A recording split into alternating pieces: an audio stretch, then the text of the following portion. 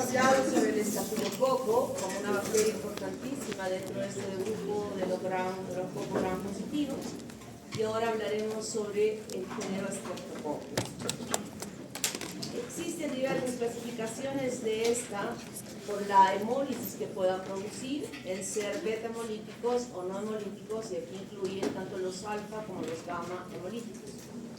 Previamente, una clasificación que hizo Rebecca Lansky en cuanto a la estructura de la cápsula, de los carbohidratos de la cápsula, ya tenían las bacterias nombres propios, como por ejemplo Streptococcus pyogenes o Galantiae, pero con esta clasificación se pudo determinar que el Streptococcus pyogenes también se llama Streptococcus del grupo A. Y esto es importante porque esta es una bacteria que frecuentemente ocasiona enfermedades o infecciones, y existen múltiples estudios que se van realizando, estudios de investigación respecto a esta bacteria y los cuadros clínicos que desarrollan. Muchas veces ya se están olvidando de poner biógenes a esta bacteria y ponen Streptococcus del grupo A. En su libro igualmente, también dice Streptococcus del grupo A, y en otras partes dice Streptococcus pyogenes. Entonces, es la misma bacteria, no es que sean diferentes, es la misma bacteria. Lo mismo pasó con el Streptococcus del grupo B, que es el Streptococcus galantiae, que ya tenía un nombre propio. Esta clasificación de Lansky es hasta el S, hasta el Streptococcus del grupo S. Pero los más resaltantes en el desarrollo de las infecciones dentro de esta clasificación están el Streptococcus del grupo A, el B y el C.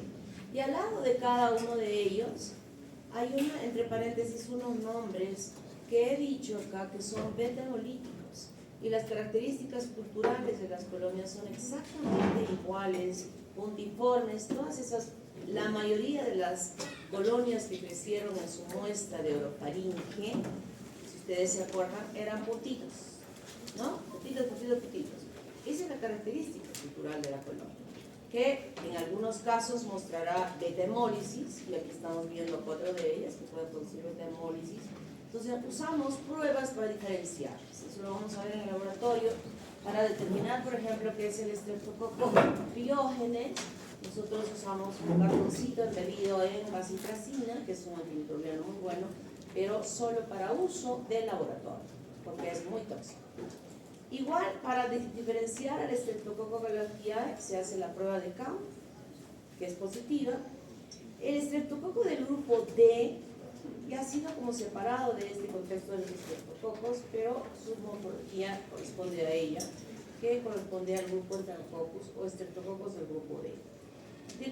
Y no hay serotipables muchísimos que eran aún por beta-hemólisis, y otros que no han podido ingresar en esta clasificación, que son generalmente los no beta-hemolíticos, que pueden presentar la alfa-hemólisis, hemólisis incompleta del glóbulo rojo o la gamma-hemólisis.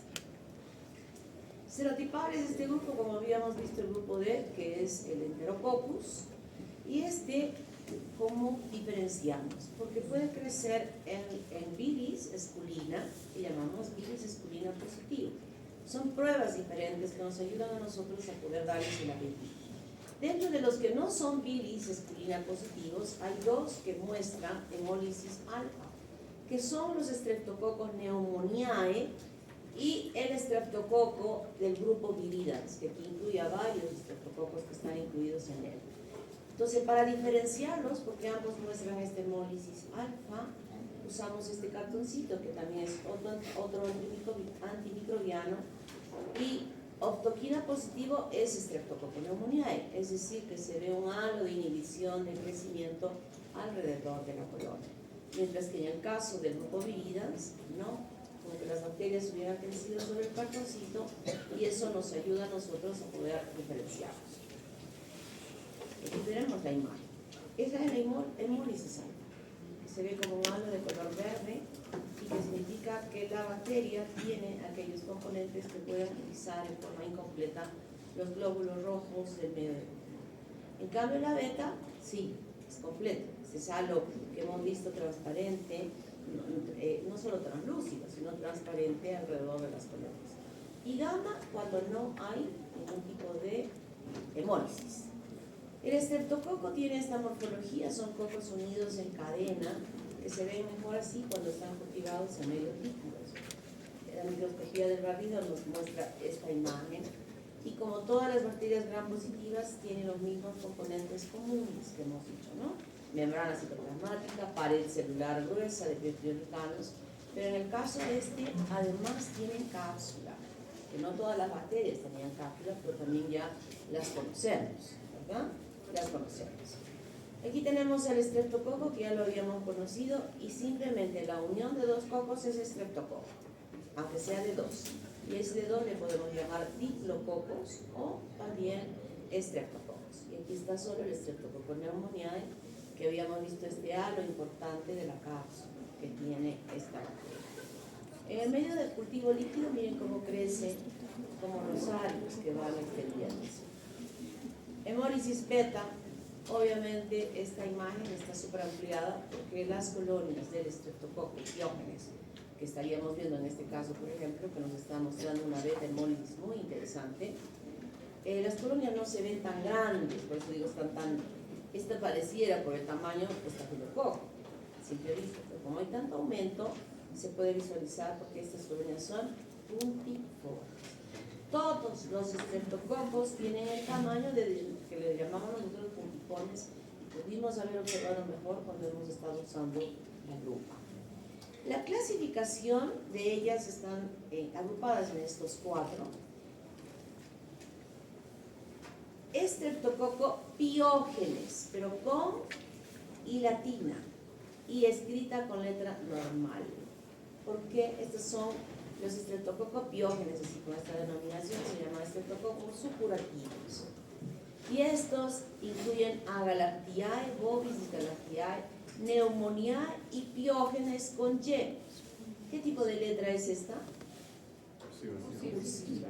¿Qué significa eso? Que los nombres de las bacterias se escriben en cursiva y en el caso de Piógenes con Y. En cambio aquí, que está agrupando con I latina.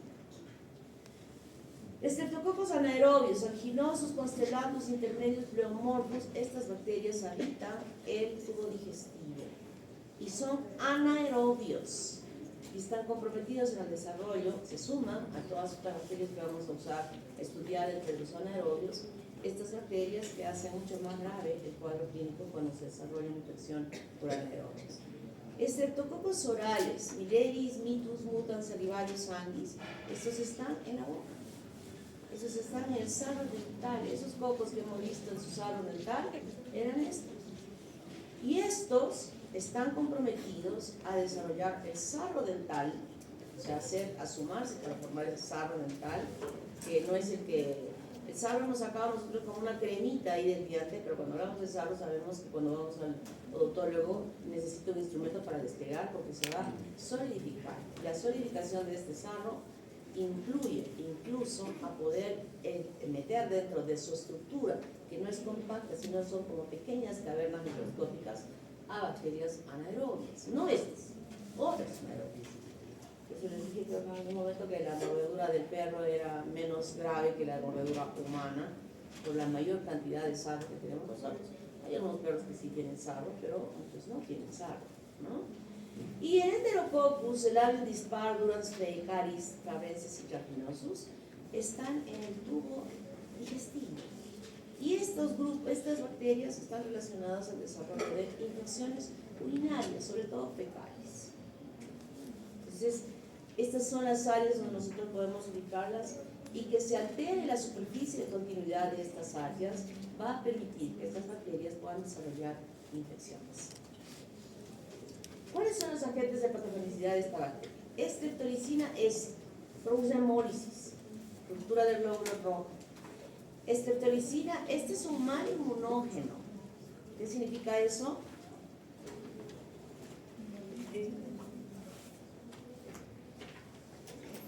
¿Qué significa? Que va a producir, no va a producir anticuerpos. No va a estimular a la producción de anticuerpos, ¿verdad? No va a estimular esa producción. Dame lapicero. Yo sí traigo mi lapicero, ¿no? Como una cierta personita que no ha traído lapicero, pero sí ha traído su lápiz labial. fastidiosa soy, ¿no?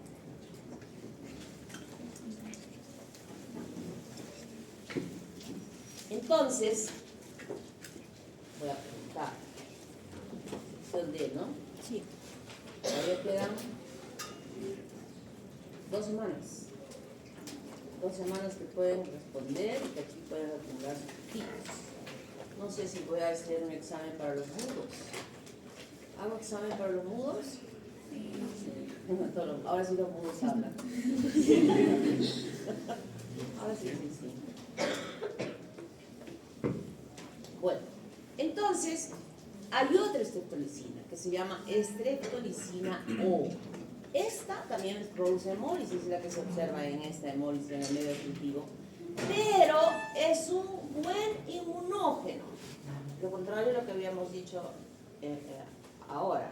Lo contrario es decir, este sí estimula la producción de anticuerpos. Buenos, sí, hasta cierto punto. Pero lamentablemente en algunas personas esta producción de anticuerpos se excede, es demasiada. Y en vez de ser buena y beneficiosa para poder ayudar a esa persona, se comporta de una manera diferente, contraria, daña, participa en un daño muy grave y se traduce en una enfermedad que se llama fiebre reumática o glomerulonefritis post-estreptocócica. O sea que ya no es simplemente la acción de la propia bacteria en la capacidad de daño, y vamos a ver ahorita qué otros elementos tiene, sino que esta producción de anticuerpos lo está produciendo la propia persona y estos anticuerpos propios van a destruir el tejido nuestro, o sea, se va a comportar como una enfermedad autoinmune. Es antileucocitaria y induce obviamente la formación de estos anticuerpos contra la streptolicina O. Ya vamos a hablar luego de lo que va a producir. Streptokinasa, esta es una enzima que degrada, que destruye los coágulos de peptina que se estén formando y ayuda a que la bacteria pueda invadir más, avanzar más en su daño. Pero ha sido reconocida en su composición, ha sido aislada la enzima, se elabora externamente en el laboratorio y se utiliza como tratamiento inicial en los pacientes que están sufriendo de un infarto miocardio. O sea, se inyecta. Y esta enzima va degradando. Sabemos nosotros que los infartos del miocardio se deben justamente a formación de trombos que están obstruyendo la irrigación, ¿no? Entonces, esto es lo que se usa inicialmente para poder ayudar a restablecer al paciente si es que está presentando este cuadro clínico. La hialuronidasa ya sabemos, ¿no? Va destruyendo este elemento importante del tejido y facilita que vaya avanzando la infección. La DNA se hidroliza la DNA de las células de las que va infectando y va destruyéndolas. Toxina eritrogénica produce el exantema. El exantema son lesiones que aparecen en la piel por algunas circunstancias. No las tengo, o sea, hasta ayer no tenía nada y ahora sí tengo estas lesiones en mi piel. Eso se llama exantema. Pero ¿qué lesiones son las que aparecen súbitamente o de pronto en una enfermedad? Pueden aparecer máculas, que son manchas que si uno resbala la mano por la piel no siente absolutamente nada, pero cuando las mira, aquí yo veo una manchita café que es de la vejez, que me la voy a quitar para no parecer viejita, con láser, ¿no? Ahora el láser quita todas las pigmentaciones. Esto es una mácula, la imagen que tengo, ¿no? Pero no es que me haya aparecido súbitamente, porque esta manchita ya la estoy viendo hace algún tiempo. Pero puede ser una manchita roja, rosada, ¿no? Mácula. Pero si yo me toco la mano y siento que hay una elevación de mi piel, y nosotros usualmente le llamamos roncha. La roncha, no sé si vulgarmente decimos roncha, pero se llama pápula. La otra lesión que puede aparecer es una vesícula, que es como una ampollita chiquitita con contenido seroso, vesícula. Y lo otro, la polla. Entonces, todo lo que estos 4 tipos de lesiones, también puede haber costras, en algunas eruptivas virales vamos a conversar sobre esto, pero todo lo que aparece sobre la piel se llama exantema. Y cuando estas mismas lesiones pueden aparecer en las mucosas, como la cavidad oral, como la cavidad vaginal o como alrededor del ano, le llamamos enantema. Exantema, enantema. Entonces, en este caso, esta toxina eritrogénica produce una enfermedad que se llama escarlatina, que se caracteriza por un exantema morbiliforme como un sarpullido. Esos términos que ese sarpullido no existe en el lenguaje médico, sino que son elevaciones de pápulas pequeñitas que están cubriendo la superficie del cuerpo. Y este exantema es citotóxica y es termolábil, pero aquí, miren, hay tres tipos: A, B y C. La A, si está presente la A, es una toxina similar a la toxina DSST1 y similar en su mecanismo de acción, en la capacidad de producir el daño y la falla multisistémica. Pero este es peor. Si en la otra nos da tiempito para poder hacer algo por el paciente, y muchas veces va a morir, pero esta sí se desarrolla. Si está presente esta toxina, definitivamente ese paciente va a morir. O sea, ya 0.0001 posibilidad de que vaya a sobrevivir. O sea que esta toxina es mucho más agresiva que la toxina de shock tóxico producida por estafilococo. Felizmente no es tan frecuente, pero puede presentarse. Cuando lo hace es de una mortalidad altísima. La cápsula del Streptococcus pneumoniae, que hemos dicho que es un polisacárido, está constituida por ácido hialurónico. Y este es muy importante porque hemos dicho que es antifagocítica, ¿verdad? Es antifagocítica. La proteína M, ¿cómo se llamaba la proteína del estafilococo? Proteína A. Proteína A, ¿verdad? Igual ahora esta bacteria tiene su proteína M, que está también en la superficie de la bacteria, que resiste la fagocitosis y degrada C3b. ¿Qué será C3b? C3b. Es una proteína del sistema de complemento. Es una proteína del sistema. Ya está leyendo por lo visto, ¿no? ¿Y qué era el complemento? Es un conjunto de proteínas que permiten reconocer a los agentes que están invadiendo el organismo. O sea, es un modo de señalización. A ver, ¿qué nos quiere decir? Sí, es un conjunto de 20 proteínas que van a opsonizar las bacterias y van a ayudar a presentar a los macrófagos tipo M2. ¿Y entonces qué son los anticuerpos? Son inmunoglobulinas, en este caso producidas por los linfocitos B. Y ellos son los que opsonizan. Ah. ¿Y el complemento? Si vemos así, el complemento son proteínas que ayudan en el proceso de la opsonización, a que esto sea mejor, más valedero, para poder, y es que no son, esas proteínas de complemento son específicas, se elaboran específicamente contra un antígeno.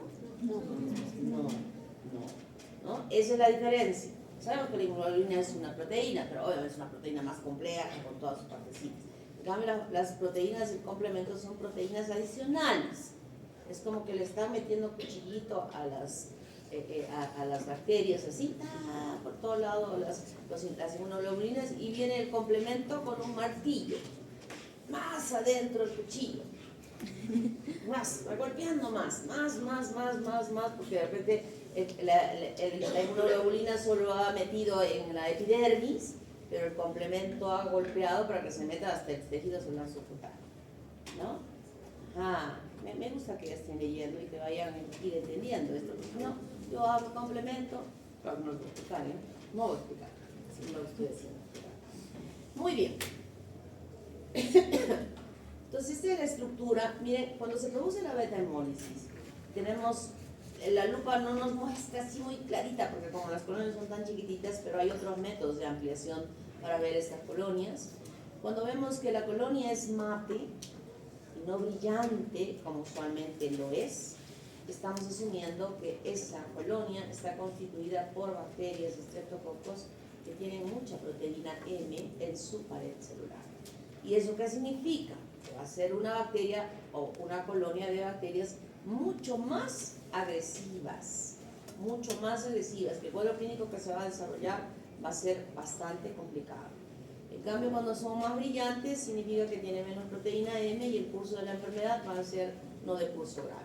Entonces, nosotros tenemos ya que estas, la estreptolicina O, la hialuronidasa y todo lo demás, va a tener que afecta a todo este sistema de defensa que tiene el organismo y que estructuralmente está compuesta por la proteína M, la proteína F es la de apoyo y esta es la proteína T que también se complementa para que la bacteria pueda adherirse o pueda evitar la fagocitosis por el sistema de defensa. Esta es la proteína M, muy importante en ese rol de evitar la fagocitosis. No todos los estreptococos tienen cápsula. Entonces la proteína M está cumpliendo ese rol de la fagocitosis para evitar el rol de la cápsula en evitar la fagocitosis. Y lo mismo, lean bastante sobre ello. Quiero que entendamos esto bien. Esta bacteria, como estafilococo también, ya habíamos visto que es integrante de la flora normal bacteriana, de diversas partes de nuestro cuerpo. Lo hemos nombrado en varios lugares, ¿verdad? Incluso la orofaringe, que la hemos visto, y que ustedes han hecho su cultivo, estuvo presente. Están ahí. Sin que se traduzca, yo preguntaba a la niña que le encontrábamos un montón de estreptococo, ¿sientes alguna molestia? No. Pues todo en la que les conté que habíamos encontrado muy bonito el estreptococo, habiendo incluso ser un cultivo sólido, donde los estreptococos así, 5 coquitos unidos. Eso es lo normal que se suele ver en ese medio cultivo. Pero habíamos visto así un marañado de estreptococos, ¿no? Y no sentía absolutamente nada. Es parte de nuestra flora normal y por la presencia de otras bacterias y la integridad de la mucosa no va a haber ningún problema. Y esta barrera puede romperse y se rompe usualmente con frecuencia cuando nos infectamos de un virus que nos produce resfriados permanentemente y estamos con los mocos ahí un par de días, un moquito transparente, tercer día transparente, y de pronto ya no está transparente. Y es más, tiene este exceso de tos que cuando han expectorado ya no es transparente, sino es de color verdoso. ¿Qué ha pasado allí? Allí lo que ha pasado es que el virus rompió la barrera y le abrió el camino para que esa bacteria que normalmente esté allí, qué bueno, acá tengo todo, se establece, se adhiere a un receptor que es la fibronectina, y empieza la colonización y la multiplicación que se va a traducir en esa faringitis ya supurativa por la eliminación de la secreción purulenta. Pues se rompió la barrera. Se rompió la barrera. Lo que nosotros tenemos que tratar siempre es de que esa barrera no se rompa cuando estamos con una infección viral. ¿Y cómo evitamos que no se rompa la barrera? Difícil. Pero podemos disminuir la presencia de estas bacterias a nivel, cuando tenemos un resfriado. ¿Qué es lo ideal que debemos hacer? Agarrar un vaso de agua, echarle una cucharita de carbonato de sodio, mezclarla bien, tibiecita, y colutorios, y estoy desapareciendo mi flora normal de estreptococos para que no se complique. Ustedes hacen eso y terminan sus 3 días y se fue el virus y se recupera. Pero si no, si permitimos que esos que están ahí empiecen a colonizar ahí, estamos fritos porque va a avanzar el proceso infeccioso. Entonces la bacteria tiene su proteína M, tiene su ácido lipoteicoico que va a facilitar a que no pueda ser eliminada la bacteria por el sistema de defensa, y el ácido lipoteicoico le va a ayudar a adherirse, ¿no? A adherirse. Entonces produce la colonización. Si la persona tiene anticuerpos contra la proteína M y tiene un buen sistema de defensa, se elimina la bacteria. No va a desarrollar la enfermedad. Pero si no hay esto, la bacteria tiene su proteína M, tiene su hialuronidasa, hay mucho inóculo, que es inóculo, lo habíamos dicho, ¿no? En la cantidad de bacterias que puedan estar presentes allí, que no es lo mismo 5 que 10, o que 10 que 1000, o que 1000 que 100.000. Entonces, cuando hay más, de hecho que la manifestación va a dar. Entonces se desarrolla el proceso supurativo, como por ejemplo la faringoamigdalitis. puede ser que ya se estableció, pero empiezan a formarse anticuerpos, un buen sistema inmune, muy bueno, y en el lapso de unos días ya hay una cantidad importante y puede ser que se resuelva cuando la mamá le dice haz gárgaras, claro, no se va a resolver en un día ni en 2 días, probablemente en más tiempo sin necesidad de una terapia antimicrobiana. Pero acortamos el tiempo usando terapia antimicrobiana y curamos. Sistema inmune acá, no acá ni acá, sino acá. Puede hacer que se produzcan anticuerpos y que se pueda resolver el problema, pero en más tiempo. ¿Cuántos de ustedes han estado con faringitis, no han tomado antimicrobiano y en 5, 6, 7 días ya estaban resolviendo el problema? ¿Verdad? ¿Sí o no? Sí. Sí, entonces estamos acá. Pero ¿qué pasa si ese sistema inmune no funciona? Estaba aquí, ardiendo, luego se pasó aquí, traqueitis, a los bronquios, bronquitis. Ustedes generalmente llegan hasta acá, hasta la bronquitis. Pero la abuelita, ¿hasta dónde se va? A los nervios. Y le va a producir una neumonía. Esos son los procesos invasivos por los mecanismos que tiene la bacteria y por los mecanismos de defensa no adecuados por parte del huésped. Pero también hay otra forma, procesos autoinmunes. ¿Quién será responsable de estos procesos autoinmunes? ¿Quién? ¿Quién? La streptomicina. ¿La streptolicina? O Creo que es la que puede producir anticuerpos. los anticuerpos que se han producido contra la streptolicina, ¿verdad? Es eso, no es la streptolicina O propiamente dicha, sino son los anticuerpos que se han producido contra la streptolicina. Voy a ir anotando porque luego me voy a olvidar. A ver, acá, ¿quién habló acá? ¿Cómo te llamas? Cabo Velasco. Cabo. Después me van a estar denunciando. Ahora acá, en esta fila, ¿quién habló? Paredes, ¿no? Paredes. Allá, Moreno Patiño. Moreno. Por allá, Delgado. Delgado. Por allá, Mamani Calderón. Mamani Calderón. Chise. ¿Quién más? Nadie más. Mudos, hable. Entonces ya sabemos, es la propia bacteria la que puede ocasionar el daño, proceso supurativo. Es la respuesta inmune exagerada que puede producir estos cuadros autoinmunes. Entonces los procesos supurados pueden cursar a hacerse más graves, ¿no? Hacer un curso grave, y puede, los fenotipos habituales, llegar a la curación, como hemos dicho, en este lapso de 7 días, en el caso de la faringitis. Los procesos no supurados son los que acabamos de hablar de estos procesos autoinmunes. Pero cuando ya hablamos acá, miren esta secuencia importantísima, porque van a haber cuadros clínicos por estreptococo piógenes que pueden cursar a ser mortales. Entonces puede ser un estreptococo que tiene la proteína M, que tiene proteasas y que tiene la toxina o que produce la toxina eritrogénica.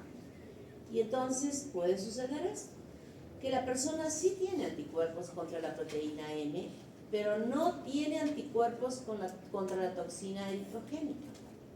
Y en ese caso se va a producir esta enfermedad que es la escarlatina, que habíamos dicho que es una exantema morbilliforme que cubre todo el cuerpo. Pero no hay anticuerpos contra la proteína M, pero podría haber anticuerpos contra la toxina eritrogénica. En estos casos, el curso de la enfermedad va a darse con altísima mortalidad en pacientes que tienen una enfermedad de base, llámese diabetes, llámese hipertensión arterial, o llámese cáncer, o llámese artritis reumatoidea, ¿no?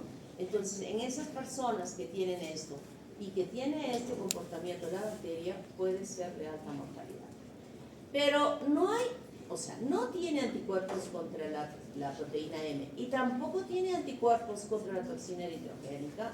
El curso es gravísimo, aún en personas que no tienen ninguna enfermedad de base. O sea, podríamos ser nosotros. No nos escapamos a que podríamos morirnos si es que nos agarra una bacteria con estas características. ¿Está claro? Muy bien. ¿Qué enfermedades se producen?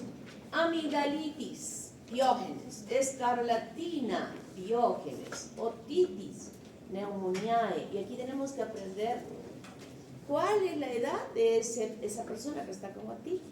¿Es un niño menor de 2 años? ¿Es un niño mayor entre 2 o 4 años? ¿Es un adulto? Y esto enfocada yo en su preparación para su cuerpo, porque ahí no va a haber laboratorio. Entonces, este conocimiento que yo ya voy llevando, que en niños menores de 2 años puede estar Haemophilus influenzae, entre 2 y 4 puede estar Streptococcus pneumoniae. Entonces, de acuerdo a eso, que no tengo antibiograma para poder definir, ni un cultivo, entonces ya puedo organizar en mi IA cuál va a ser la terapia antimicrobiana que yo debo utilizar en ese niño. Y van a haber enfermedades. Yo a lo largo voy a decir, este está implicado en esta edad, este está más en esta edad, este está más en esta edad, con el mismo cuadro clínico. Creo que ya les he dicho. Y estamos viendo ahora. Por ejemplo, cuando yo digo amigdalitis, claro, el estafilococo excepcionalmente va a hacer una amigdalitis. Lo más frecuente es que sea Diógenes, que introduzca una amigdalitis, ¿no? La sinusitis igual, neumoniae, esta infección de estas cavidades que le llamamos senos, frontales, etmoidales, esfenoidales, pueden infectarse por Streptococcus pneumoniae. Pero no solo Streptococcus pneumoniae puede producir esa infección, hasta anaerobios pueden producir esta infección.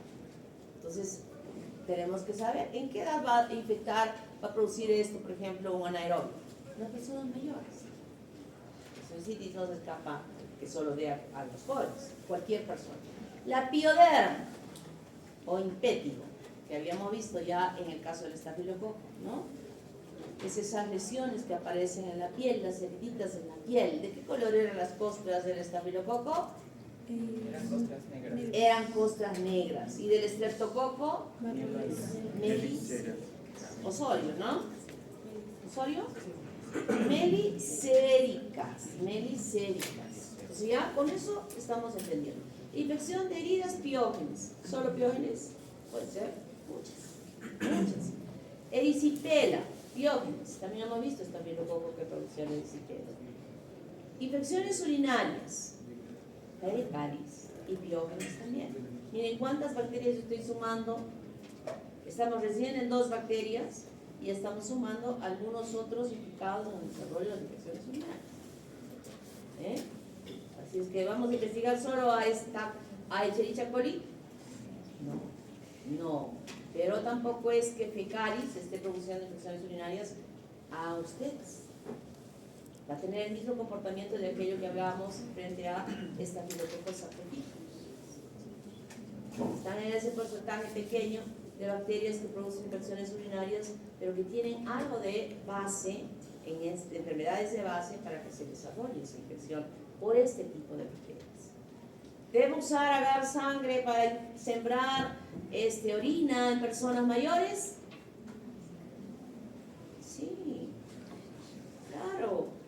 No solo voy a usar agar McConkey para sembrar orina, para buscar E. coli. Cuando ya es mayor, por eso les decía, no sé si les dije que cuáles eran las indicaciones que se debía hacer en la orden para un cultivo. Les dije. ¿Les dije o no les dije? ¿Sí? Edad, enfermedad. Eso nos va a decir, oye, no solo uses McConkey para sembrar la orina de esta señora de 65 años que tiene diabetes. Usa agar sangre. Y ahí podemos encontrar a Staphylococcus saprophyticus, así como también a fecalis o a piógenes. Infección corporal, Streptococcus pneumoniae. Esta bacteria se encuentra en la vagina de las mujeres. Y antes, hace muchos años, cuando una mujer estaba embarazada, ya la gente, el esposo, los hijos, la familia decía, ¿sobrevivirá después del parto o se va a morir? Porque era una complicación que se producía frecuentemente después de los partos. Estoy hablando de hace 800 años, ¿no? Pero ahora existe la posibilidad que se produzca. Claro que existe, si no hay una buena atención existe, pero felizmente ahora tenemos terapias antimicrobianas que pueden permitir resolver el problema y permitir la supervivencia de la mamá. Bacterienas. Todas las bacterias hacen bacterienas. Usan la sangre como vehículo y eso les permite llegar desde un foco local a hacerse generalizado y dependiendo de su sistema inmune, permitir que se desarrollen infecciones en otros focos. Sepsis neonatal y meningitis neonatal están asociadas en la mayoría de los casos al Streptococcus agalactiae o Streptococcus del grupo B,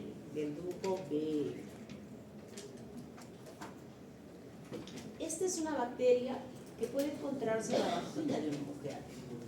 Y cuando ese niño va a nacer por ese canal infectado con esta bacteria, tiene el riesgo de que pueda desarrollar sepsis o meningitis neonatal dentro de los 28 días después de haber dado a luz o de haber nacido ese niño.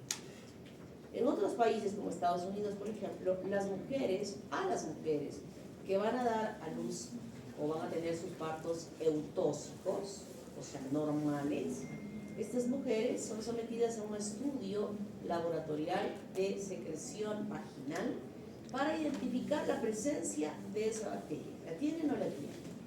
Y si la tiene, se les da un tratamiento profiláctico con ampicilina para matar la bacteria y evitar que se pueda producir esta infección. En nuestro medio no hacemos esto.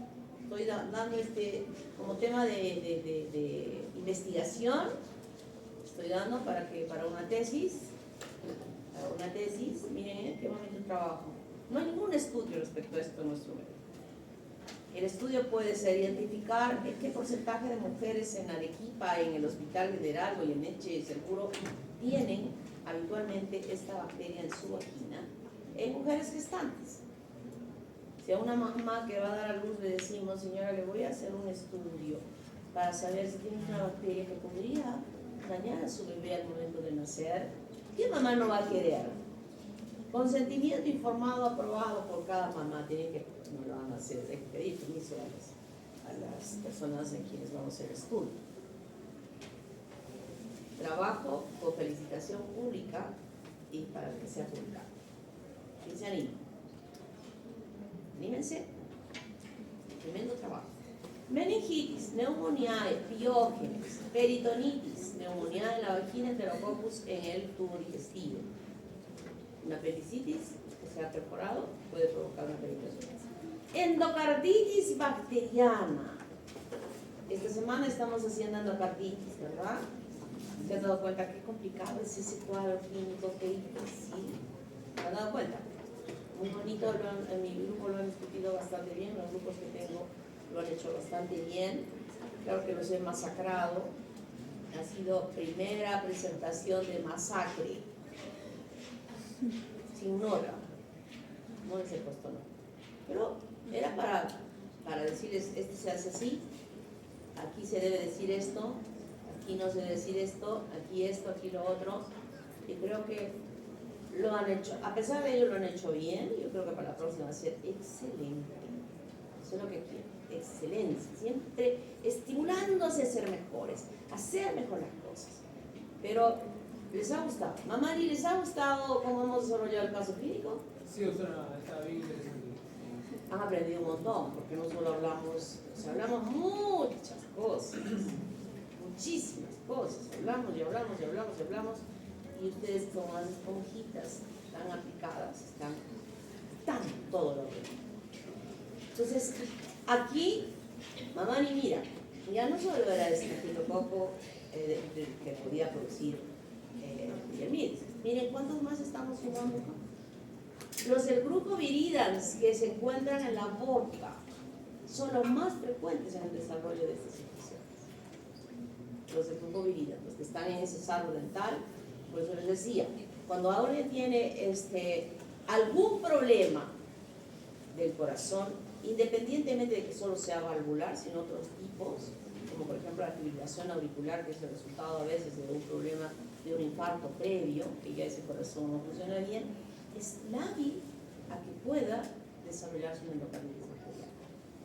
Y cualquier procedimiento que esa persona vaya a ser sometida, desde una profilaxis de los diálisis, desde si es mujer, un frotis de Papa Nicolau, si es una endoscopía, una colonoscopía, cualquier cosa que esa mujer tenga que hacerse, previamente o ese varón, previamente tiene que ir a su cardiólogo para que le dé la terapia antimicrobiana profiláctica. 2 días antes del procedimiento, esa persona debe estar tomando antimicrobianos para evitar que cuando esta bacteria o esas bacterias lleguen a la sangre, sean eliminadas completamente y no puedan llevar a esta enfermedad.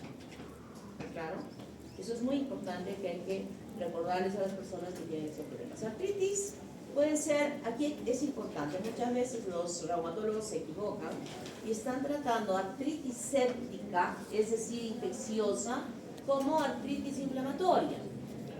Hay diversas enfermedades inflamatorias que pueden estar haciendo o produciendo dolor en las rodillas o en las articulaciones en general, o en una específica. Realmente las artritis son una, y aún así se equivocan algunas veces, siendo tratadas como simplemente una inflamación. ¿Puede haber inflamación con infección?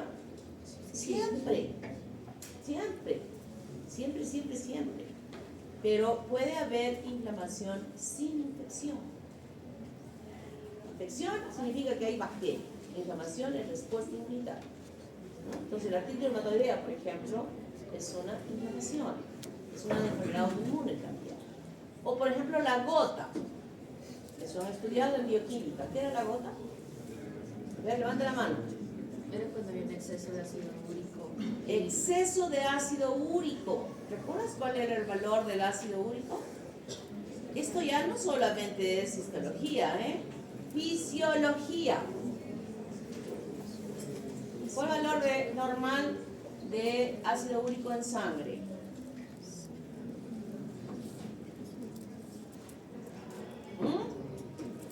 Pasaron los 3 segundos. Si me contestan después de los 3 segundos, es que el ChatGPT les ha dado el valor. Ya no hay. Esto más o menos es variable, puede ser hasta 6, es el valor que ya estamos por ahí en el borde. Pero esta acumulación de ácido úrico, que no se está eliminando adecuadamente y que está en nivel alto, lugar donde se coloca inicialmente, dedos gordos de los pies. El dedo se hincha. No tiene, ¿cómo se llamaba la infección del uñero? Panazo. No. Panazo. Sol. No. Ya leíste. Paroniquia. Entonces no es paroniquia. Y el dedo está así de gordo y le duele y está rojo. No es infeccioso, es inflamatorio, ¿no? Pero algunas veces la bacteria puede llegar a las articulaciones y provocar artritis séptica. Así se llama. Cuando hay bacterias se dice séptica. Streptococcus pneumoniae. Y aquí está la fiebre reumática, que ahorita se los voy a mostrar en un cuadrito, y la glomerulonefritis post-estreptocócica.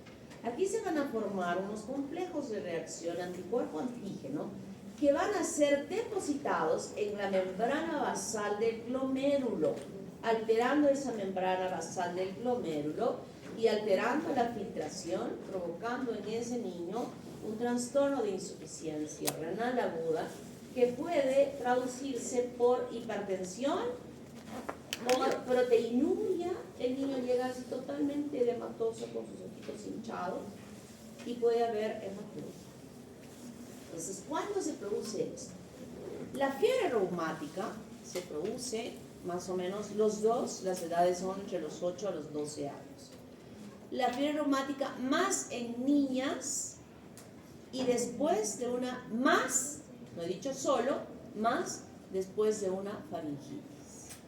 En cambio, la glomerulonefritis post-estreptocócica, el rango de edades es similar, más en niños y demás después de una pioderma. Entonces, yo estoy explicando ahorita la glomerulonefritis, que se traduce de esa manera y llega al hospital todo hinchadito, está orinando como espumas, hacen todos los estudios, encontramos esos datos que estoy mencionando. y va a dejar en el niño muchas veces, en la mayoría de los casos que se llegan a presentar, insuficiencia renal crónica. El daño ya es definitivo, algunos pueden restablecerse, pero la mayoría puede hacer esto. Felizmente, que tanto la fiebre reumática como la glomerulonefritis son episodios que se desarrollan más en poblaciones muy hacinadas, de mucha pobreza, o sea, está relacionada mucho a esto. Hoy en día ha bajado y ha disminuido muchísimo. Cuando yo hacía el internado, veíamos frecuentemente hospitalizados a niños con glomerulonefritis postestreptocócica o con problemas ya de fiebre reumática.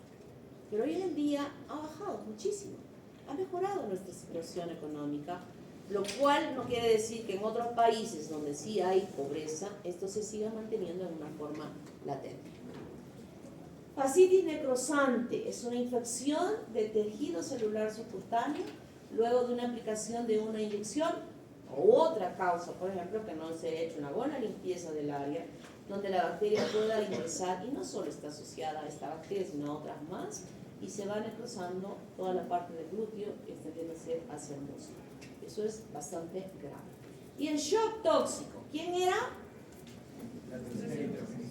¿Cuál? La toxina, era la toxina. A ver, Miran, Medina. La toxina es, o sea, una de las toxinas, de los tipos de toxina es la que provocó y era parecida a la ¿Cuál toxina. de ellas? ¿Cuál toxina? A ver, aquel niño de allá. La tipo Toxina eritrogénica tipo A. ¿Cómo te llamas, niño? Pinto.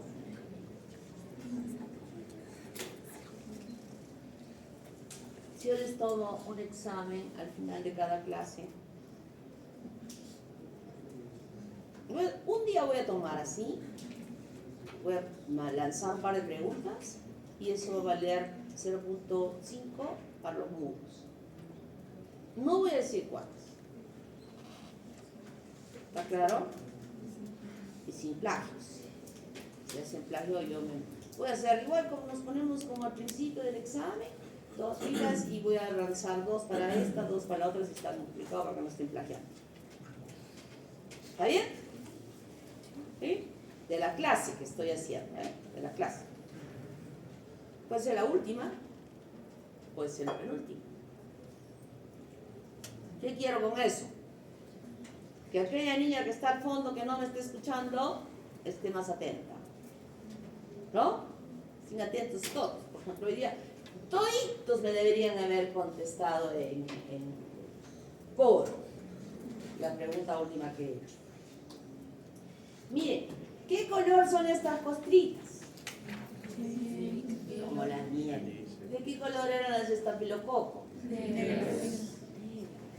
Y cuando yo vea en mi pueblito ahí a un niño que me viene así, al otro niñito, al niñito con contra negra, ¿le voy a dar penicilina? No, todo fuerte, pues todos en coro. No, o sea, eso ya debe estar grabado en su cerebro. No. ¿A este le voy a dar penicilina? Sí, le voy a dar a este penicilina. ¿He necesitado laboratorio para saber quién es quién? No. Eso tienen que ir aprendiendo y no debe quedarse. Esto, ¿cuántas veces lo hemos tenido? Fíjense bien en esto, Una amigdalitis, una faringoamigdalitis, las amígdalas súper crecidas con unos puntitos blancos que se aparecen ahí. Rojo, con puntitos blancos. Rojo con puntitos blancos. Faringitis, faringoamigdalitis, con toda certeza que podrá ser aquí estreptococo y otras. Cuello del útero, con mucha pus. Aquí se llama, ¿cómo dije que se llamaba? Las fiebres puerperales. Celulitis con una amfipélula. Y aquí está aquel instrumento que ya ustedes tienen como 200 soles guardado para su compra, ¿no? Porque esto se los he dicho el año pasado. O sea, ese chanchito ya debe estar bien gordo. ¿Cuánto hay en el chancho? Ni siquiera me he comprado el chancho. Este es lo que van a comprar, se llama pantoscopio. Y el pantoscopio incluye, se van cambiando los dispositivos de los cabezales. Es otoscopio, oftalmoscopio y laringoscopio. Se cambian los cabezales, sirve para las tres cosas. Y con el otoscopio normalmente vemos esto, la membrana timpánica con el martillo, rosadito, bonito, suavecito. Detrás de esta membrana timpánica está la cavidad timpánica. En cambio, cuando el pobre niño llega a su posta ahí en su pueblo, gritando, llorando y moviendo su cabecita así, moviendo su cabecita y llorando, ustedes le hacen el signo del trago. ¿En qué consiste el signo del trago? En que con esto no le van a dar trago. Con este dedo le presionamos el trago. Y cuando ustedes presionen, no le van a presionar así, poco a poco, y de pronto un poquito más de presión y el niño da un grito que los deja sordos, significa que el niño está con otitis. Y cuando vean al niño con su pantoscopio, observen esto. Miren la membrana timpánica bombada por la cantidad de pus que está detrás en esa cavidad timpánica. Están a un día del hospital más cercano. Van a trasladar a ese niño un día con el dolor que tiene, con el riesgo. ¿Cuál será el riesgo de esta infección? Meningitis. Meningitis, está cerca a su cabeza, y eso sería una transmisión por Continuidad. contiguidad. ¿Eso es lo que has dicho? ¿Has dicho continuidad? ¿Qué has dicho? Continuidad. Has dicho continuidad. Ahí va. ¿Dónde llamas? Ticona. Muy bien, Ticona. Entonces, como no va a ser posible, y ya felizmente me han hecho caso y tienen su pantoscopio, porque en su pueblo no va a haber pantoscopio, en esa posta no va a haber pantoscopio, porque obviamente de repente se lo robó los que trabajan ahí y se perdió. Alguien se lo robó y se perdió. Ustedes agarran una jeringa con aguja que tiene un bisel como una cuchillita. ¿Han visto que es como una cuchillita a la punta de la aguja? Se le hacen, rasgan aquí, la parte baja en una posición erguida, y empieza a fluir la pus. Ustedes ven la cara de ese niño que estaba con dolor, lo amordazamos ahí para hacerle todo eso. No se puede. Entonces va a cambiar la expresión de su cara, porque apenas sale la pus empieza a disminuir el dolor. Si no hemos hecho esto en esas 24 horas que queremos trasladar al niño, esto va a reventar como una rosa y va a cargar la membrana timpánica. Entonces, tenemos que actuar. Eso les van a enseñar en otorrinolaringología, que les toca en el último semestre de cirugía. Erisipela. Les dije que la erisipela era una inflamación de la capa superficial de la dermis y que se notaba el límite. Y les dije de la celulitis que los bordes no se juntaban, los límites que eran totalmente, no había un límite preciso en ellos, ¿no? Todas las, no todas, muchas bacterias están implicadas en ello. Puede producir neumonía, septicemia, meningitis, etc. Y la escarlatina, esto que hemos dicho que es el exantema, miren cómo se caracteriza. Se caracteriza porque tiene este exantema en todo el cuerpo, pero aparece aquí en las axilas y en las ingles y en esta parte de la cara como unas líneas blancas. Todo está rojo, pero aquí y en las ingles está blanco. Se llaman líneas de Bastia. Y también le decimos que saque la lengua, y al sacar la lengua, su lengua está en fresa, roja, las papilas se han crecido y se llama lengua en fresa. ¿Por qué es importante que yo les explique esto? Porque van a ver muchas eruptivas producidas por varios virus que vamos a estudiar, donde muchas de ellas producen exantemas. Pero esta característica de la lengua en fresa, de las líneas de Bastia, son exclusividad de esta bacteria. Y en este caso el tratamiento es antimicrobianos. En las erupciones de los exantemas de los virus no usamos terapia antimicrobiana. Por eso es que vamos a ir aprendiendo virus por virus qué características tienen esas erupciones para que nos ayuden clínicamente a hacer el diagnóstico. Porque no hacemos en los virus cultivo y voy a hacer esta prueba. No, es más diagnósticos clínicos. Entonces, de las características de lo que vemos, de cómo es el curso de la infección, del tiempo de la enfermedad, etc., nosotros vamos a hacer diagnósticos. Entonces, en este caso, sí, esta característica nos ayuda a decir que es ello. Neumonía. En el caso de estafilococo habíamos visto unos círculos redondos del absceso. Aquí son áreas, segmentos de ese pulmón que ustedes conocen. Y donde el alveolo, en el caso del estreptococo, ocupa el alveolo la pus. Y tiene un aspecto, pasa por una fase, se lo van a aprender ustedes en patología, por una fase de hepatización. El líquido parece hígado. Pasa el tiempo y ahora todos estos alveolos se limpian y mantienen la estructura del alveolo. En cambio, el estafilococo, toda esta área infectada, ¿qué va a hacer? Se va a destruir. Ya no se van a formar las paredes del alveolo, esto va a colapsar y se va perdiendo áreas de funcionamiento.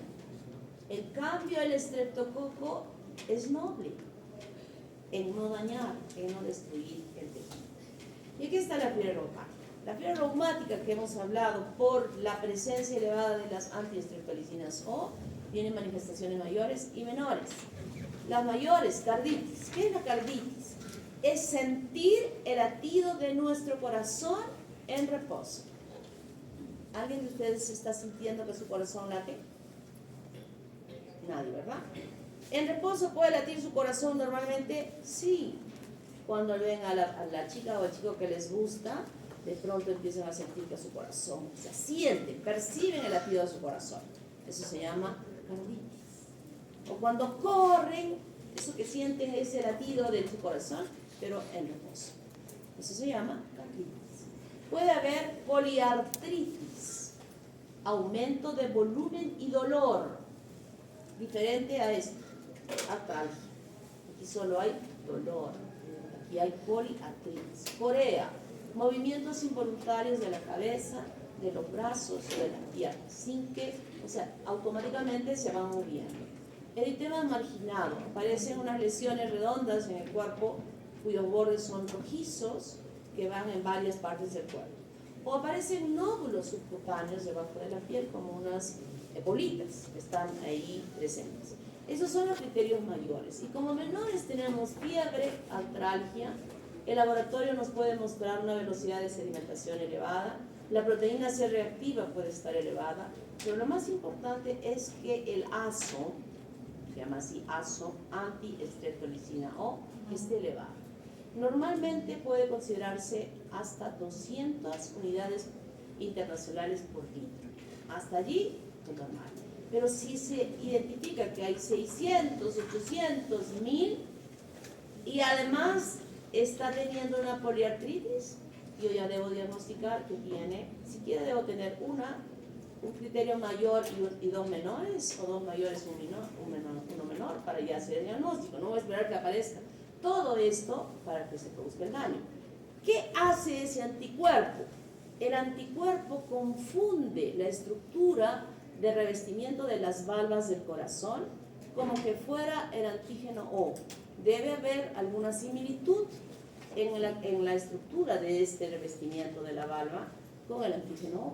Porque, ¿qué hacen los anticuerpos? Ahora se van a pegar a estos supuestamente antígenos, se pegan y luego va a venir la opsonización, esa sería la opsonización, y luego va a venir la fagocitosis de los macrófagos, destruyendo las válvulas, las van destruyendo y se forman los nódulos de Aschoff, que lo van a ver en patología, que es el resultado del daño de esta reacción.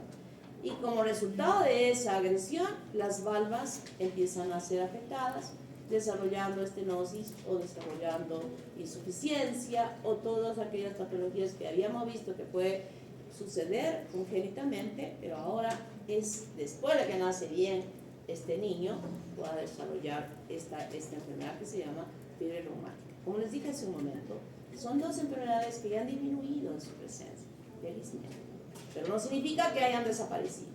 Y tenemos que estar atentos a ver esos criterios mayores y menores cuando estamos atendiendo a un paciente. Si yo tengo dolor, el paciente me dice, me duelen mucho las articulaciones, y le tomo este azo y me encuentro con 800 y observo que hay una manchita roja en su cuerpo. Entonces ya debo tratarlo como que está iniciando una fiebre reumática y tengo que evitar que la inflamación afecte esas valvas del corazón. Tratamientos, penicilina. Todos los libros que tenemos hasta hoy nos van a decir que el estreptococo es muy sensible a la penicilina. Y es verdad, muy cierto. Pero cuando a veces hacemos los cultivos de una faringitis que ha sido manipulada por la mamá, por el tío, por la abuela y por todo el mundo, en tratamientos totalmente malos, irregulares, y ya empezó a caer en la faringitis, pero ahora está tosiendo y no se mejora, a pesar que le he dado medicación. Y hacemos el cultivo y el antibiograma, encontramos Streptococcus pyogenes resistente a la penicilina. ¿Por qué? Porque ya esa persona ha manipulado, se le ha dado gusto a esa bacteria. No le hizo bien esto, entonces toma esto que le hizo bien a tu tía. Entonces toma esto y van tomando, pero no en la forma correcta. Pero seguimos sustentando que el estreptococo es muy sensible a la penicilina y lo usamos en casos graves, penicilina G, que es la que se administra por vía parenteral, en millones de millones administrados por vía parenteral endovenosa. Tampoco es que vamos a pinchar cada 4 horas, tenemos una vía y a través de ella se aplica. La penicilina benzatínica, esta es muy importante, es una penicilina de depósito.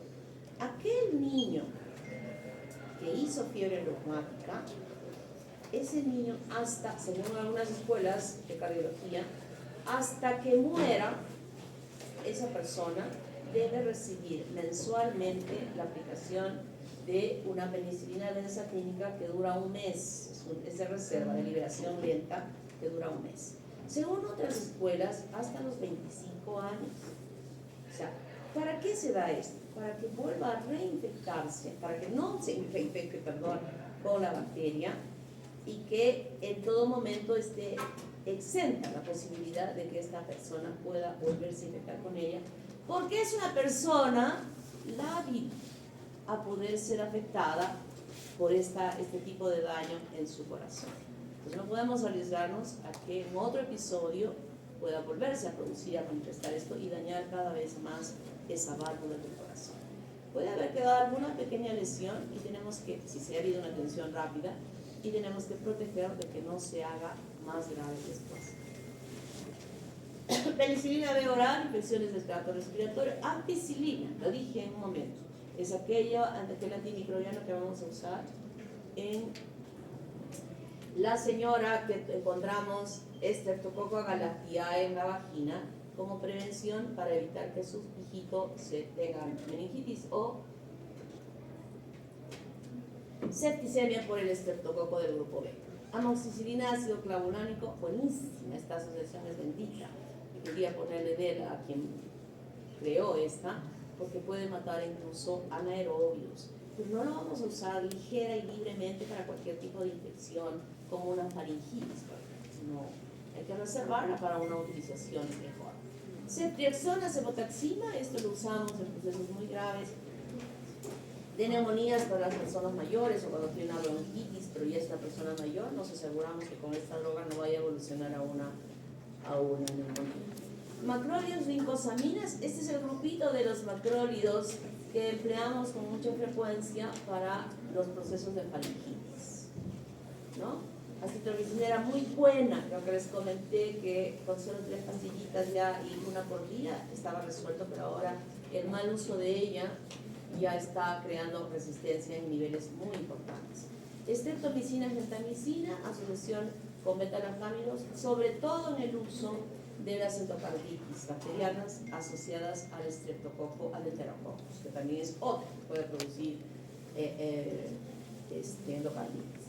Y nos reservamos a vancomicina y teicoplamina para los casos más graves, por favor. Eso creo que ya lo hemos entendido bien.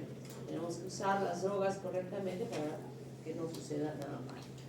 Estreptococo neumonía, ya hemos hablado mucho de él, tiene dentro de sus elementos importantes adesina, inmunoglobulina proteasa está en las mucosas, ¿no? Y produce esta enzima para destruir a las inmunoglobulinas A que se hayan podido producir.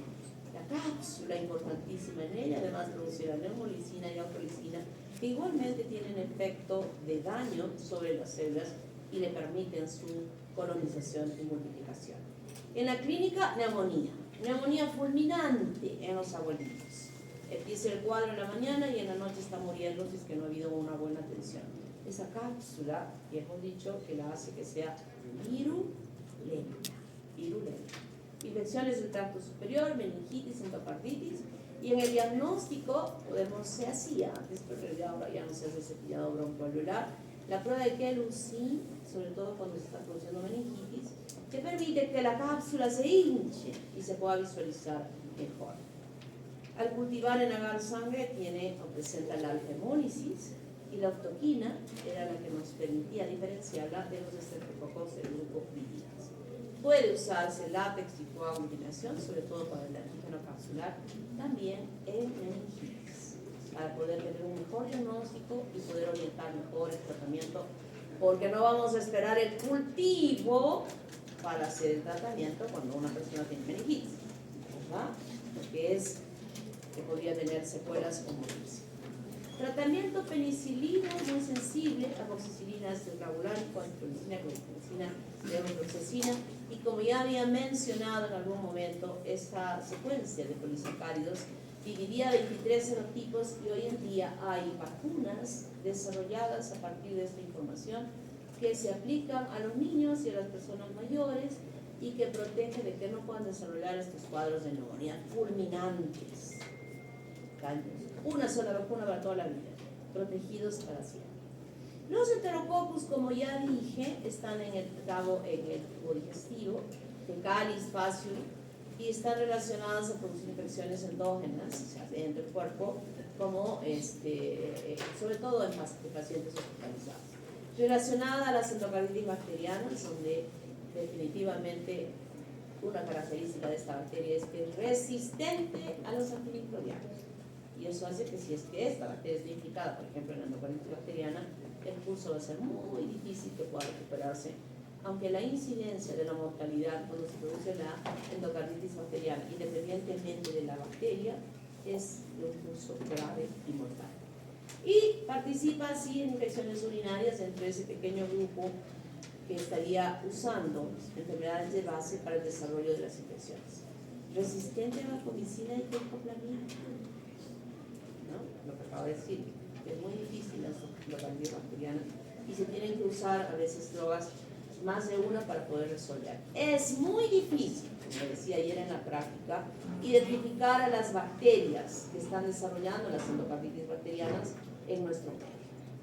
Los hemocultivos que se van a hacer no pasan máximo de 3, tal vez en alguna oportunidad, y sería un milagro identificar en el cultivo de estos 3 hemocultivos a la bacteria que está resolviendo el problema.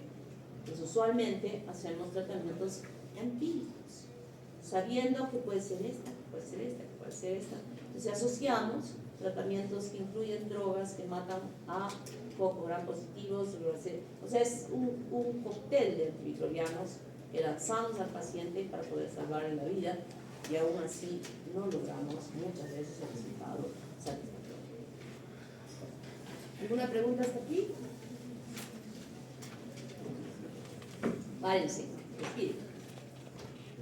Respiren, estírense. ¿No se han cansado? ¿Sí? Un poquito no se han cansado. Mucho.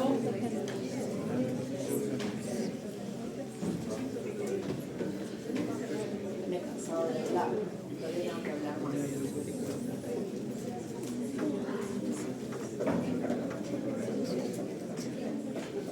Evidentemente que en el nuevo plan de estudios que vamos a hacer, ya no van a ser en aula, donde ahora se va a hacer 3 horas hasta 20. Pero aún así, ¿no? Sí, 4 horas académicas. 4 horas académicas. Eso. Ahora hacemos casi 4 horas.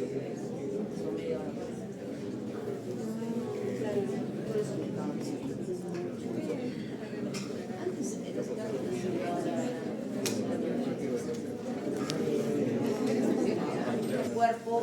Y ahora sí les pido que también descansen su lengua. Ya no hablo. Ahora vamos a hablar de las neiserias. Ay, Dios mío. Son dos: Neisseria gonorrhoeae y Neisseria meningitidis. Y la Neisseria gonorrhoeae también se le llama gonococos. Son diplococos gram positivos, perdón, gram negativos, que parecen granitos de café, que ya se les ha quitado la cascarita, y se miran dos granitos frente a frente, una parte plana y una parte convexa hacia ambos lados. ¿Qué características importantes tiene esta bacteria? Tiene pilis antigénicos, que es una respuesta inflamatoria bastante importante, y que permiten a la bacteria adherirse a la superficie de los epitelios, de las mucosas, donde se va a desarrollar, por donde se vaya a desarrollar la infección. Tiene unas proteínas, recuerden que es una bacteria gram negativa, tiene unas proteínas en su membrana, como la POR, la OPA y la RMP, que van a hacer o van a tener acciones muy propias en el desarrollo de la enfermedad. Y es una bacteria gram negativa, o sea que tiene sus LOS, con el mismo comportamiento que ya hemos explicado sobre esta bacteria. Entonces las fibras le van a ayudar a adherirse y le van a permitir establecerse en las mucosas por donde ingresa. Produce una proteasa que anula la IgA. Estoy diciendo que ingresa por las mucosas y sabemos que en las mucosas hay IgA. Y también tiene sondotoxina, ¿no? Es bacteria gram negativa, está en el lipopolisacárido. Entonces en el cuadro clínico, aquel varón que se ha ido a la Dolores, lo han pepeado, ¿no? Que aparece ahí pepeado, y a los 2 días o hasta las 2 semanas empieza a presentar molestias. En las mujeres puede extenderse incluso hasta las 3 semanas. En el varón empieza a tener disuria, le arde al orinar, le duele, le arde, y además se da cuenta que disuria por la piuria también, porque le empieza la irritación en la uretra, estimula que quiera misionar a cada rato, le quema, le arde, le duele, todo lo que quiera sentir, lo que se puse sentir, y aparece una secreción purulenta, densa, con la luz de la uretra. Los varones normalmente no eliminan ninguna secreción, a diferencia de nosotros las mujeres. Ellos tienen sus plusitas bien limpiecitas, sequitas, ¿no? Pero de pronto él mismo se da cuenta que le arde y su plusa ya está manchada como con unas secreciones amarillentas, y eso el varón que es cuidadoso inmediatamente va a ir a hacerse ver con el médico general o el urólogo o el dermatólogo a que le observe, ¿no? Y esta aparición justamente de esta secreción con todo el aspecto de la leche Nestlé, densa, purulenta. En la mujer es más difícil, si la mujer usualmente tiene secreciones, y más aún si son mujeres que ya tienen una vida sexual activa y además puede usar dispositivos intrauterinos, entonces siempre la secreción es mayor. Esta presencia del dispositivo allí provoca cervicitis crónica, o sea, hay infección sostenida, permanente, que se habitúa a tener este flujo. Y a veces ni siquiera se da cuenta que ahora se ha incrementado el flujo, ¿no? Porque en aquella persona que no usa dispositivos intrauterinos, ¿no?, y que haya tenido relación, esto sí para ella va a ser alarmante porque no ha tenido previamente este tipo de secreción, ¿no? Y en el caso de los homosexuales puede haber secreción o irritación anal y ocasionalmente fiebre y dolor abdominal. Esto ya cuando la bacteria cuando la infección no ha sido atendida y se ha ido metiendo más la bacteria profundamente dentro de todo eso que nosotros hemos conocido de la anatomía del aparato genital masculino. Entonces, cuando le hacemos a esta mujer que nos viene a nosotros con la consulta, ni siquiera podemos observar el cuello del útero, o sea, el orificio del cuello del útero. Y es como que le hubieran echado leche Nestlé a todo el cuello, abundante, purulento.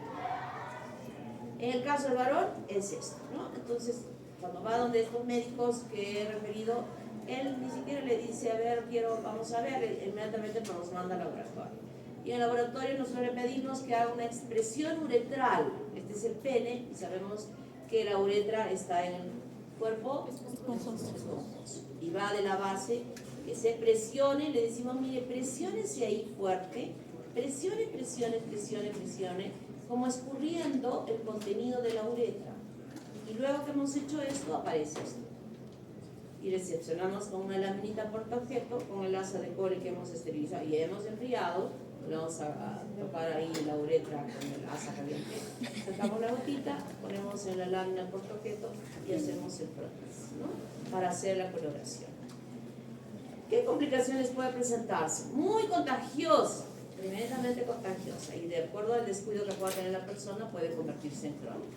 En los varones descuidados, si no se atienden prontamente, puede ir a extenderse, hemos dicho, a todos estos conductos por lo que pasa, por donde pasa el espermatozoide. Y el lugar donde usualmente se produce la infección es en el epidídimo, produciendo epididimitis, y esta epididimitis puede repercutir posteriormente en esterilidad cuando el resultado de la curación adhiera la luz del conducto. En el caso de las mujeres, igualmente puede extenderse hacia la luz de la cavidad uterina y extenderse hacia las trompas y ocasionar enfermedad pélvica inflamatoria. A ver, ¿qué está pasando con esas niñas? Las tres niñitas, ¿qué le pasa a la niña Itusa? Sí, siempre la veo bien seriecita, con cara triste, y ahora la veo sonriente. Primera vez en mi vida que la veo que está ahí sonriendo. ¿Qué ha pasado? ¿Qué milagro es ese que Itusa esté sonriendo? Sonríe Itusa en otros momentos, pero siempre la veo seria. Y ahora está sonriendo. Claro que no es el momento, Itusa, cuando te sonríe, te estoy fijando. Bueno, entonces, esa extensión hacia las trompas se llama EPI, enfermedad pélvica inflamatoria, que no solo se da en este caso, sino en muchísimos casos asociada a otro tipo de bacterias. E igualmente, ese cierre, esa cicatrización, puede cerrar la trompa uterina y llevar a la infertilidad. Puede la bacteria en estos descuidados, que estoy hablando como complicaciones, producir endocarditis bacteriana, meningitis, fíjense, oftalmía neonatal, generalmente en el pasaje de un recién nacido a través de un canal vaginal infectado, puede llegar a producirse esto y también la meningitis. Raramente puede causar infección articular o faringia ya por hábitos sexuales que podrían conducir a ello. La oftalmía neonatal, miren cómo está el ojito, y hacemos el frotis y encontramos estos diplococos gram negativos. Querían que se fijen y les dije, miren esta faringitis en este paciente por Streptococcus pyogenes. Estaba rojo con unos puntitos, pero cuando yo veo una faringe, como que esas amígdalas están bañadas con leche Nestlé, eso no va a ser Streptococcus pyogenes. Yo ya me estoy imaginando algo, no podría ser este diplococo de la gonorrea que ha ocasionado esta infección. Nunca voy a ver esta imagen en un paciente que tenga faringitis por Streptococcus pyogenes. Está rojo, hinchado, con puntitos blancos, pero no con este baño de pus que se está observando sobre él. Esas características que tiene la bacteria del pili, que es muy antigénico, estimula muchísimo la producción de leucocitos y por eso se ve esto que está bañándose y los otros elementos también. Entonces, para el diagnóstico tenemos este exudado uretral o faringio. Observamos con la coloración de Gram los diplococos Gram negativos, que es esta imagen que tenemos. Hasta allí, en todo paciente que viene con un problema genital, sobre todo en el varón, en la mujer es un poco más difícil, o que tenga estos diplococos en este exudado rectal, yo digo, con este Gram, digo, es gonorrea. No necesito cultivar ni nada por esto. Ya está, inmediatamente pongo en la hojita de respuesta, si me ha enviado un médico por ahí, le voy a enviar la respuesta diciendo quién es para que le dé tratamiento. Eso se llama ética. Pero puede venir una persona sola, sin orden, y nos comenta que le ha pasado eso. En el laboratorio nosotros hacemos frotis y todo lo demás, y si está el médico laboratorista en ese momento, le estará ya dando un tratamiento para que no se nos vaya a perder y que infecte a otras personas, ¿no? Pero con esto ya tenemos el resultado. Pero podemos cultivar lo que estamos viendo en la práctica, ¿no? Hemos visto el cultivo de Neisserias, que nos es difícil poder saber a quién pertenece porque no hemos hecho tan pruebas, sino sobre el cultivo. Cultivamos en Tiger Martin o también en agar chocolate, ¿no? y donde de ella es que se ha podido sacar esta imagen de la lámina que ustedes están viendo, donde solo estamos observando diplococos gram negativos. Yo tenía full láminas de estas. Los queridos compañeritos de los años las han roto, ya no lo encuentro. Les digo a los doctores, ¿dónde están láminas? Entonces estamos buscando. A veces en el laboratorio yo ya me lo quiero guardar, porque a veces sacan las señoras para dar a otras escuelas. Y esas láminas, es difícil conseguir estas láminas, muy difícil. No es que los que tienen gonorrea están ahí por todo lado pudiendo encontrarlos para sacar en la muestra, no. Pero es difícil. Entonces, hacemos el cultivo y hacemos otro tipo de pruebas que ya nos permitan, en forma definitiva, determinar a quién corresponde. El tratamiento, hay muchos antibióticos que son eficaces, pero nos aseguramos con uno, ceftriaxona, intramuscular, una sola dosis, con aguja número 20, gota, gruesa, así, para que aprenda y no vuelva a inyectarse, ¿no? Pero hay algunos que no les gusta la inyección y les tenemos que dar antimicrobianos orales. Antes se colocaba la penicilina con Probenecid para poder liberar, pero una sola ampolla de 1 gramo de ceftriaxona intramuscular habremos logrado la curación de ese paciente. Está en la epidemiología, sabemos que es una enfermedad de transmisión, es una infección de transmisión sexual. ¿Qué diferencia hay entre infección de transmisión sexual y enfermedad? Enfermedad de transmisión sexual es que la persona enferma esté transmitiendo la enfermedad de cualquiera de estas. Pero no siempre una persona enferma está transmitiendo, porque puede ser que no esté enferma, pero sí esté infectada. Una cosa es estar infectado sin traducción de enfermedad y otra es que esté infectado y tenga enfermedad. Entonces, en el caso de las infecciones de transmisión sexual, muchas personas que están infectadas con el virus del HIV no tienen o no muestran enfermedad. Muchas personas que están infectadas con el virus de la hepatitis B o C no muestran enfermedad, están infectadas y sí pueden estar transmitiendo la infección a otros. Entonces, esta E ya se ha cambiado. Ya no se habla de ETS, sino se habla de ITS. Homosexuales, transexuales, los promiscuos, altísimo riesgo. Las trabajadoras sexuales, les aseguro que hay menor riesgo de infectarse con una trabajadora sexual que tiene su carnet, que va todos los meses al hospital Goyeneche a hacerse sus controles, que siempre usa preservativo, es más limpia en la posibilidad de transmitir una infección que aquellas que están en la calle San Juan de Dios, ejercicios. ¿Qué calle me han dicho el otro día? Parece que alguien ha pasado por ahí. Esas chicas, y algunas veces chicos que parecen chicas, cuando yo alguna vez he pasado la noche por ahí y en el carro, decía, qué cuerpazo. Y cuando llegamos a ver la cara, era un hombre.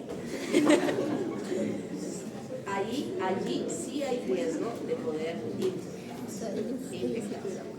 Hermoso, de verdad. Por detrás era una misa todavía alta y con sus fracasos así, despampanante. Así como ese cuerpo no viste a una chica.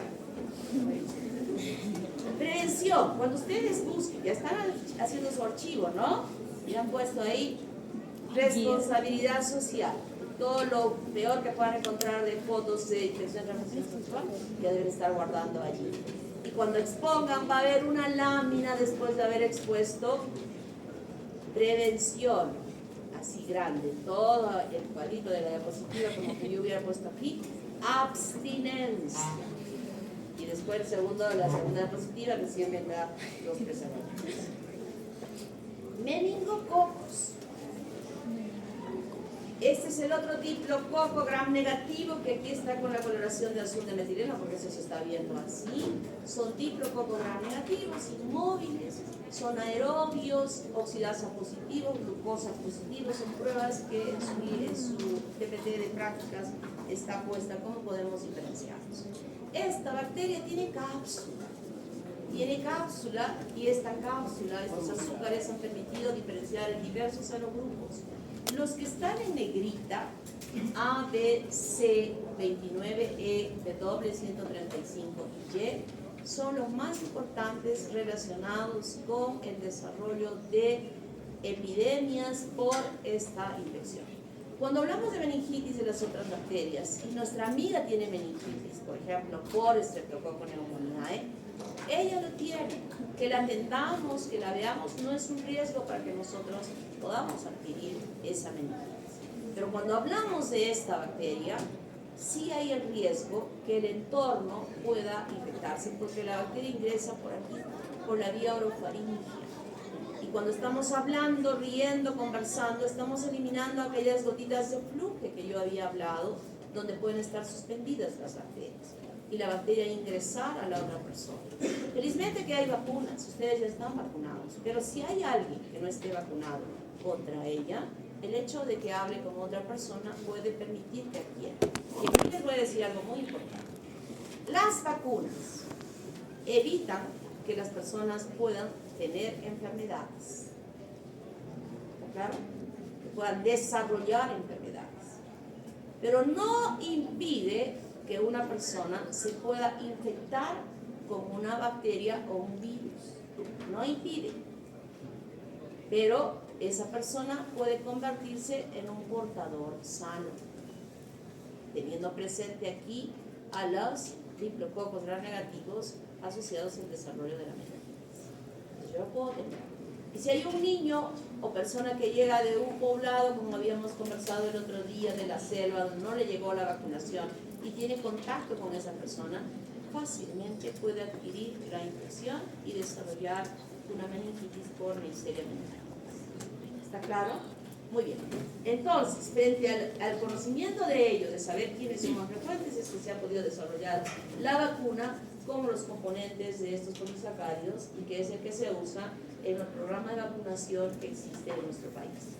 En la membrana externa existen diversos componentes que vamos a hablar cómo se forman estos serotipos cuando hablemos de las enterobacterias.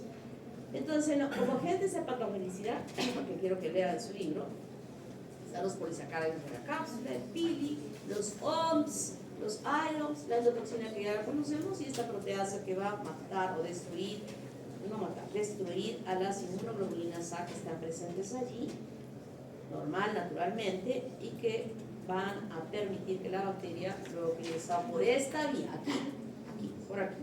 De aquí es que va a pasar aquí. Por eso es que cuando dije, este tipo de meningitis se puede transmitir, porque puede llegar y se transmite en nidos, en colegios, en la cárcel, en el cuartel, en todos estos lugares donde hay gente que está, diríamos, más en riesgo a poder llegarse a infectar.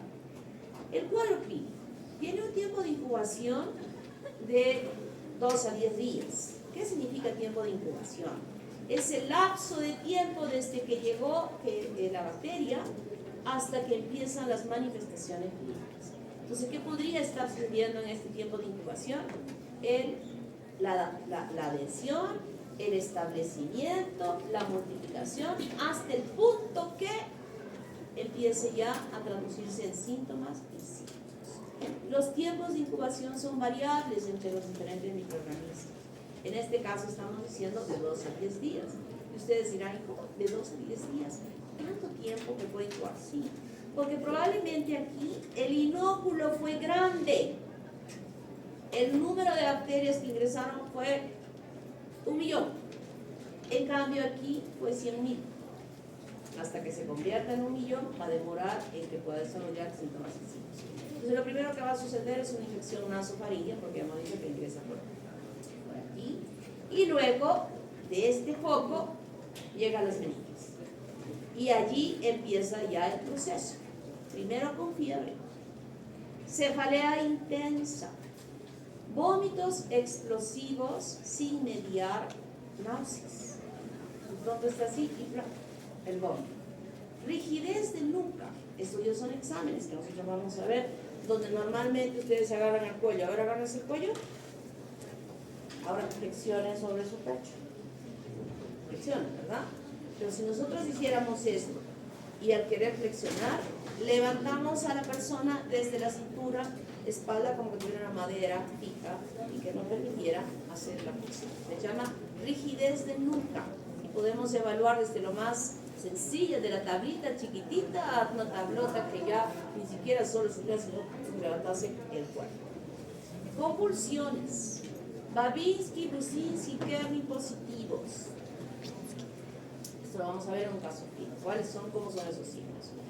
Y cuando hablamos de meningitis, que yo había dicho en varios casos meningitis, ¿verdad? Que es la inflamación de la meninges. Pero en este caso, por esta bacteria, se manifiesta este síndrome de Waterhouse-Friderichsen, donde no solo hay fiebre, sino petequias y equimosis. No hay petequias ni equimosis en la meningitis por estafilococo, ni por estreptococo, ni por neumococo, solo por esta bacteria. Y estas características clínicas que nosotros estamos viendo nos ayudan a ver, a pensar que esa meningitis está asociada a esta bacteria y que apenas veo eso, me pongo mi mascarilla, aíslo a todas las personas porque sé que esa meningitis por esa bacteria puede extenderse en el entorno por la presencia de estas lesiones. Epidemiológicamente ya dije que se presentan epidemias, el portador adulto asintomático es fuente de contagio y los niños son más susceptibles, sobre todo si no están vacunados. Este es el síndrome de Waterhouse-Friderichsen, aparición de petequias y equimosis en el cuerpo del paciente, ¿no? Y entonces aquí vemos, por ejemplo, el signo del Kerning, que le jalamos aquí, tratamos de levantar la pierna y le duele terriblemente, le duele la espalda terriblemente. El de Brusinski, levantamos, estamos haciendo la prueba de rigidez de nuca aquí y dobla las rodillas. La de Babinski es que se hace aquí en la planta del pie, que normalmente cuando hacemos esto con un lapicero o lo que sea, flexionamos con la cosquillita, ¿no? Los dedos se flexionan, pero en este caso se extiende, se llama Babinski. Son pruebas que nos ayudan, miren, y cómo es después de una muerte de alguien, se ve supurar pus sobre la superficie del cerebro, que está totalmente enrojecido por la inflamación. Entonces, en el cuadro clínico vamos a tener vómitos, fiebre, dolor de cabeza, rigidez de nuca, aversión hacia la luz, hay somnolencia, ya de la somnolencia va pasando el estado de conciencia por diferentes fases hasta llegar al coma, dolor articular o escalofríos. En este caso, lo más importante que tenemos que hacer nosotros es hacer el diagnóstico al principio. No voy a esperar que vengan todos los síntomas y signos que estoy nombrando. Tengo que tener el ojo clínico, mi tercer ojo bien desarrollado por el conocimiento que tengo de diagnosticar lo más tempranamente posible con la cefalea y la fiebre. Cefalea, ¿alguna vez le ha dolido la cabeza así? Jamás. Esta vez me está doliendo terriblemente, nunca me ha dolido así. Jamás me ha dolido así. Y tiene fiebre. Y cuando voy evaluando hay algo de rigidez en nuca. No. Inmediatamente, ¿qué le vamos a hacer? ¿Qué le hacemos inmediatamente? Una punción lumbar para obtener líquido cefalorraquídeo para este. Y entonces, en el diagnóstico, falta, y voy a tomar 3 minutos más, así que salen de ahí, no molesten. En el diagnóstico, al haber obtenido este líquido cefalorraquídeo, vamos a ver las características de ese líquido cefalorraquídeo. Vamos a ver las características. Vamos a ver, luego, no solamente es un frasquito, podemos sacar varios frasquitos, con qué presión salió, las características, eso lo vamos a ver en la práctica. Hay diferentes características, de acuerdo a que si son virales, si son bacterianas, si son por tuberculosis. Y luego, lo que vamos además a sacar, que no está aquí, es otro frasquito. Cuando yo con esa cefalea y ese dolor de cabeza y un poco de rigidez en nuca he sacado el líquido cefalorraquídeo, es muy difícil que encuentre microorganismos en ese líquido cefalorraquídeo. Muy difícil, muy difícil. O sea, voy a hacer flotices y voy a hacer gram y no voy a encontrar nada. Entonces, para saber quién puede hacer indirectamente, sin identificar la bacteria, uno de estos pomitos que sacaba el líquido cefalorraquídeo, voy a hacer un estudio que se llama citoquímico. Y el citoquímico evalúa el número de células que voy a encontrar, qué tipo de células son linfocitos o si son polimorfonucleares, y voy a observar en la parte química la cantidad de glucosa, de proteínas o de cloruros que existe en esa muestra. Y entonces ustedes van a buscar ahorita en internet líquido cefalorraquídeo citoquímico y ahí les va a aparecer tuberculosis viral, bacteriano, por hongos, así, una información que les va a llegar, y esa fotito la van a bajar aquí en la cara. Yo tengo aquí a mi hija, pero ustedes van a tener la tablita allí y siempre van a estar leyendo para que se lo aprendan. O sea, primero razonando, cuando hagamos el caso clínico vamos a razonar y después van a saber. Eso se lo tienen que aprender de memoria. Eso sí se les pide que se aprendan de memoria, pero entendiendo, no de memoria sin entender, entendiendo. Eso nos dice, no encontré nada en el GRAM, pero eso nos va a decir a nosotros, nos va a decir, es una meningitis bacteriana. Y eso lo tenemos que hacer rápido. Chicos, eso lo tenemos que hacer rápido. Tengo que ir al laboratorio, sobornar con mi cara dulce. La niña incluso va a convencer rapidito al laboratorista. Va a decir, por favor, les suplico, este es el líquido cefalorraquídeo de un niño pequeñito. Por favor, puede hacérmelo prontamente, porque en el laboratorio de emergencia va a tener orina, sangre, un montón, una cola. Entonces, con mi palabra dulce, amable, después de haber saludado gentilmente, ese señor que iba a hacer esto dentro de media hora, va a jalar su fresquito adelante, a hacer estas pruebas que estoy diciendo. Y todavía cuando regreso, le agradezco infinitamente y le llevo un chocolate. ¿No? Alguien me dijo, un doctor, me dijo, eso no se hace, eso se llama soborno. Eso se llama, yo le dije, eso se llama soborno, se llama salvar las consecuencias de una infección. ¿No? Y con la palabra buenos días y gracias lo hemos convencido. Entonces, esa información nos da luces para que iniciemos inmediatamente un tratamiento más dirigido. Y eso va a evitar, cuanto más rápidamente haga mi tratamiento, evitaré las secuelas que podrían quedarse en ese niño o que pudiese morir. ¿Está claro? Y hacemos otro tipo de pruebas, etc., que ustedes van a investigar. Y el tratamiento antimicrobiano también nos los van a decir. Bien. Y existe otra que tiene las mismas características, que se llama Moraxella catarrhalis y que se encuentra en la orofaringe, y que alguna vez en una práctica, me acuerdo que un chico se hizo la coloración de Gram y se encontró estos diplococos Gram negativos. O sea, así todo él preocupadito, ¿no? Está aquí.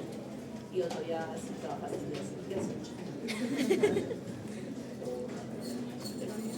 ya después de que vi todo sufrimiento del pobre, dije, no te preocupes, porque allí hay una bacteria que se llama Moraxella catarrhalis, que tiene este diplococo Gram negativo, muy parecido a la gonorrea, que se encuentra ahí, que tiene características propias, está como flora normal, pero puede ser un patógeno oportunista, que significa que cuando hay alguna situación en ese cuerpo puede permitir que se desarrolle sinusitis, laringitis, traqueitis, otitis, etc., y hay que hacerle un tratamiento. ¿Está claro? O sea, no siempre hay que pensar mal, puede ser que sea así. Y está el caso. Bueno, vamos a llamar asistente. 1 minuto para el asistente.